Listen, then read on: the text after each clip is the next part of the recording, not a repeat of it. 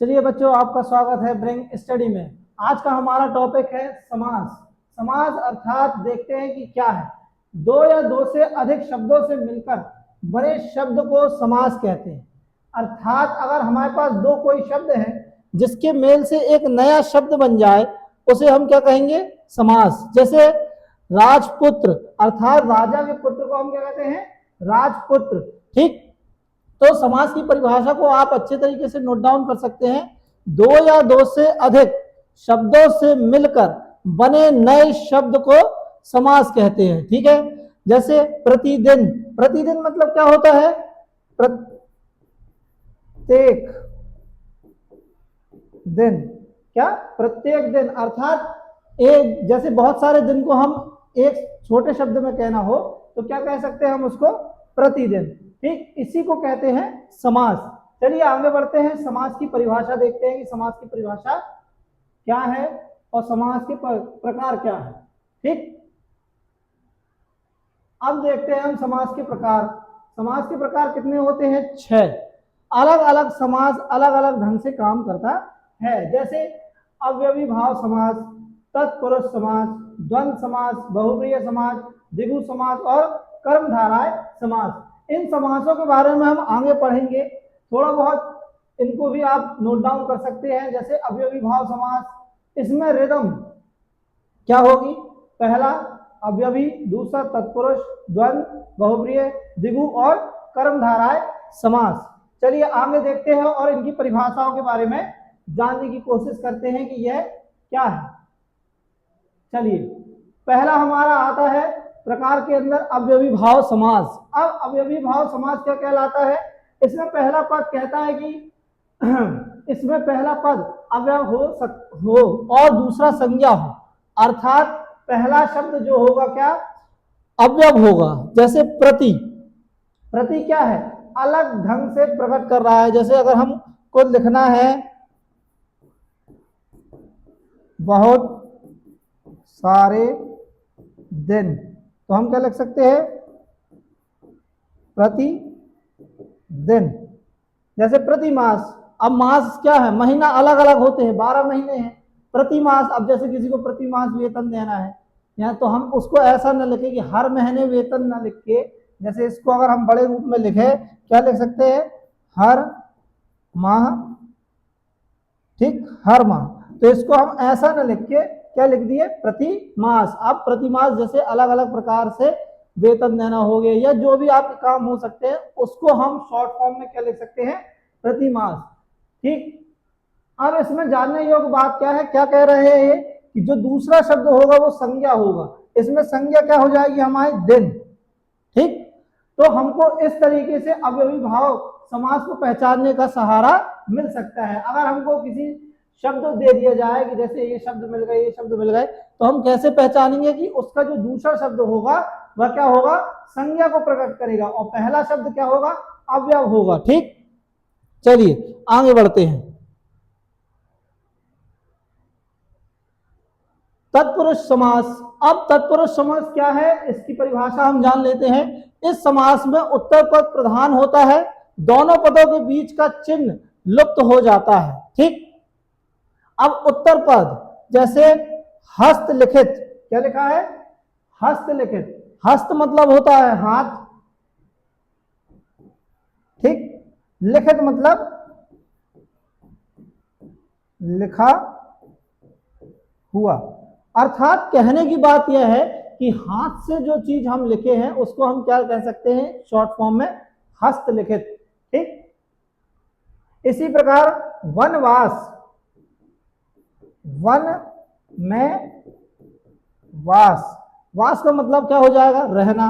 ठीक, कहां रह रहा है व्यक्ति? वन में रह रहा है।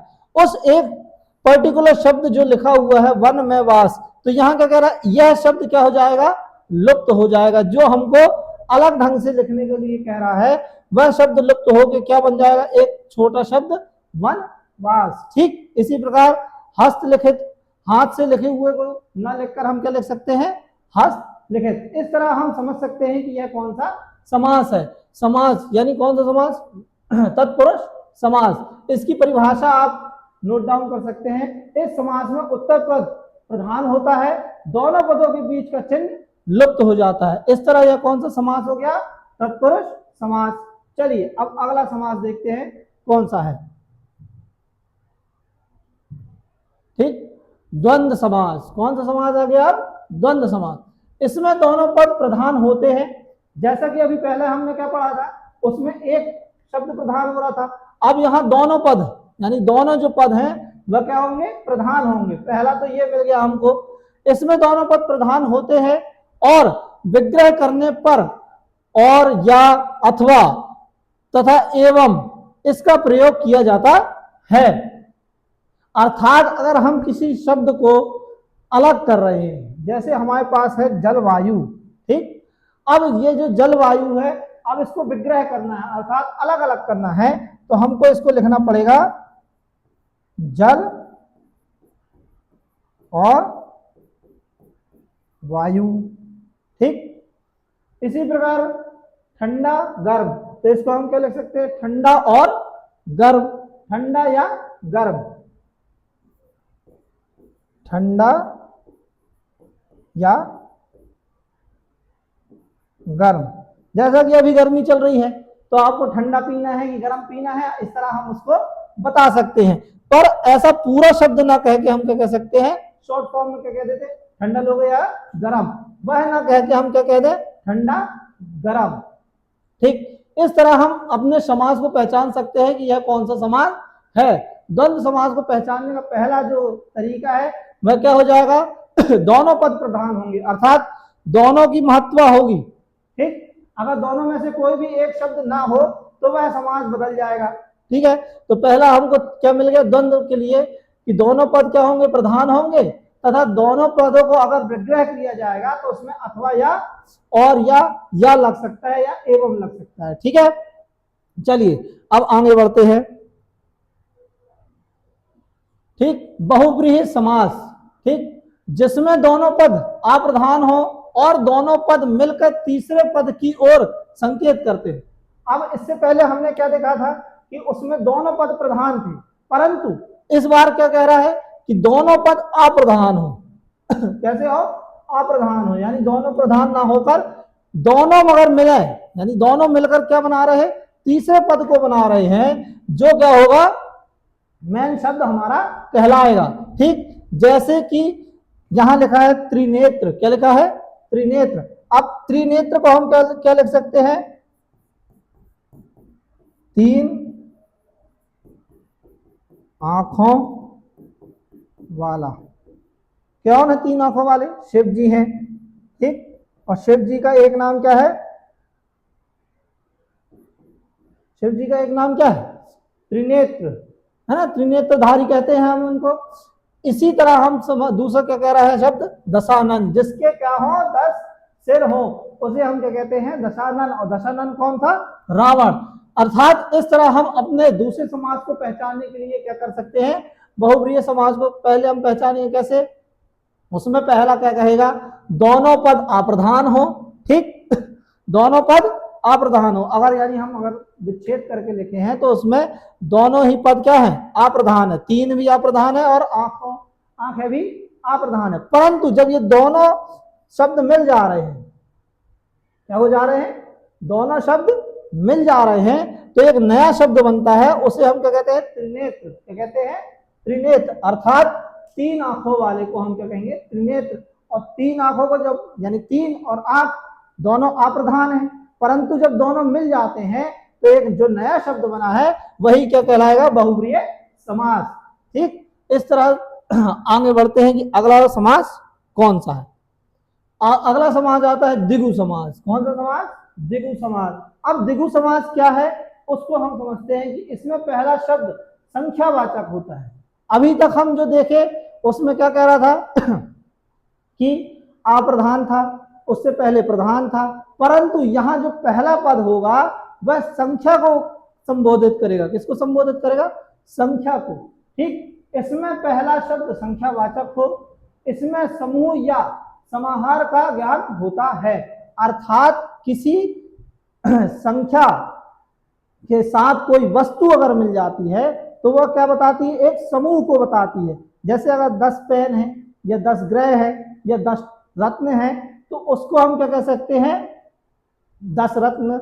या जैसे नवग्रह, पहला हमारा उदाहरण क्या हो जाएगा, नवग्रह, अर्थात 9 ग्रह, ठीक,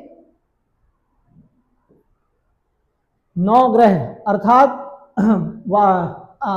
अंतरिक्ष में जो ग्रह हैं उसे हम क्या कहते हैं, नवग्रह, ठीक। इसी प्रकार जो 9 रत्न होते हैं, तो 9 रत्न ना कह के हम उसको कह सकते हैं नव रत्न, ठीक। इस तरह हम अपने द्विगु समास को समझने के लिए पहला क्या मिल जाता है हमको, पहला जो शब्द होगा वो क्या होगा, संख्यावाचक होगा, ठीक है। अर्थात अगर कहीं पे भी पहला शब्द हमको संख्या बता रहा है तो हम उसको क्या कह सकते हैं, हम उसको क्या कह सकते हैं, संख्यावाचक शब्द, और वह शब्द हमको क्या बताएगा, द्विगु समास को संबोधित करेगा, ठीक। आशा करते हैं आपको ये समझ में आ रहा होगा। चलिए इसी प्रकार आगे देखते हैं कर्मधारय समास, जो कि हमारा आखिरी समास है, ठीक। कर्मधारय समास, इसमें उत्तर पद प्रधान होता है तथा पूर्व पद व उत्तर पद में उपमान उपमेय अथवा विशेषण या विशेषय संबंध हो, कर्मधारय समास कहलाता है, ठीक। अब इसमें उत्तर पद क्या हो जाता है, प्रधान होता है, ठीक। इसमें कौन सा समास, कर्मधारय समास को समझने के लिए हम क्या कह सकते हैं कि इसका जो उत्तर पद होगा वो क्या होगा, प्रधान होगा, ठीक। उसी के साथ दूसरा हमको हिंट क्या मिलता है, पूर्व पद व उत्तर पद में उपमान और उपमेय, यह हम कहां पढ़ चुके हैं, पहले पढ़ चुके हैं, उपमान और उपमेय क्या कहलाता है, ठीक। उपमेय और उपमान अथवा विशेषण या विशेषय संबंध हो, कर्मधारय समास कहलाता है। जैसे कि यहां पे लिखा है चंद्रमुख, चंद्रमुख अर्थात चांद के समान मुख वाले को हम क्या कहते हैं, चंद्रमुख, ठीक। अब इतना बड़ा शब्द ना कहकर हम उसको एक शॉर्ट फॉर्म में क्या कह सकते हैं, चंद्रमुख, ठीक। इसी प्रकार हमारा दूसरा उदाहरण क्या है, कमल नयन। कमल नयन किसको कहा जाता है, विष्णु जी को कहा जाता है, या जिसके नयन सुंदर हो उसे हम क्या कहते हैं, कमल नयन, अर्थात जिसकी आंखें किसके समान हो, कमल के समान हो, उसे हम कमल नयन कहते हैं, ठीक। इस तरह हम समझ सकते हैं कि यह कौन सा समास है, ठीक। तो कर्मधारय समास को समझने के लिए पहला उदाहरण क्या हो जाएगा, उसका उत्तर पद क्या हो जाएगा, प्रधान हो जाएगा, अर्थात ये वाला पद प्रधान होगा। अगर कमल वश लिखा है तो कमल मतलब तो फूल हो जाएगा, परंतु अगर उसमें नैन जोड़ दिया जाए, क्या जोड़ दिया जाए, नैन जोड़ दिया जाए, तो वह क्या हो जाएगा, कमल नैन, जिससे उस कमल का जो है अर्थ ही बदल जाता है, ठीक। इसलिए यहाँ पे कहा गया है उत्तर पद प्रधान होता है तथा पूर्व पद व उत्तर पद में उपमान और उपमेय। अब यहाँ उपमान और उपमेय क्या है, कमल क्या हो जाएगा, उपमान, और उपमेय क्या हो जाएगा, नैन, अर्थात हम किससे किसकी तुलना कर रहे हैं, कमल से नैन की तुलना कर रहे हैं, इसलिए यहाँ पे उपमेय और उपमान को भी पहचानना आना चाहिए, ठीक। अथवा विशेषण या विशेषय, अर्थात विशेषण क्या है, कमल, विशेषण क्या है यहाँ पे, कमल, यानी आंख की विशेषता क्या बता रहा है, कमल के समान है, ठीक। और विशेषय क्या है, नैन, संबंध हो तो वह कौन सा समास हो जाएगा, कर्मधारय समास। आशा करते हैं आपको समास समझ में आया होगा। मिलते हैं अगले वीडियो में, धन्यवाद।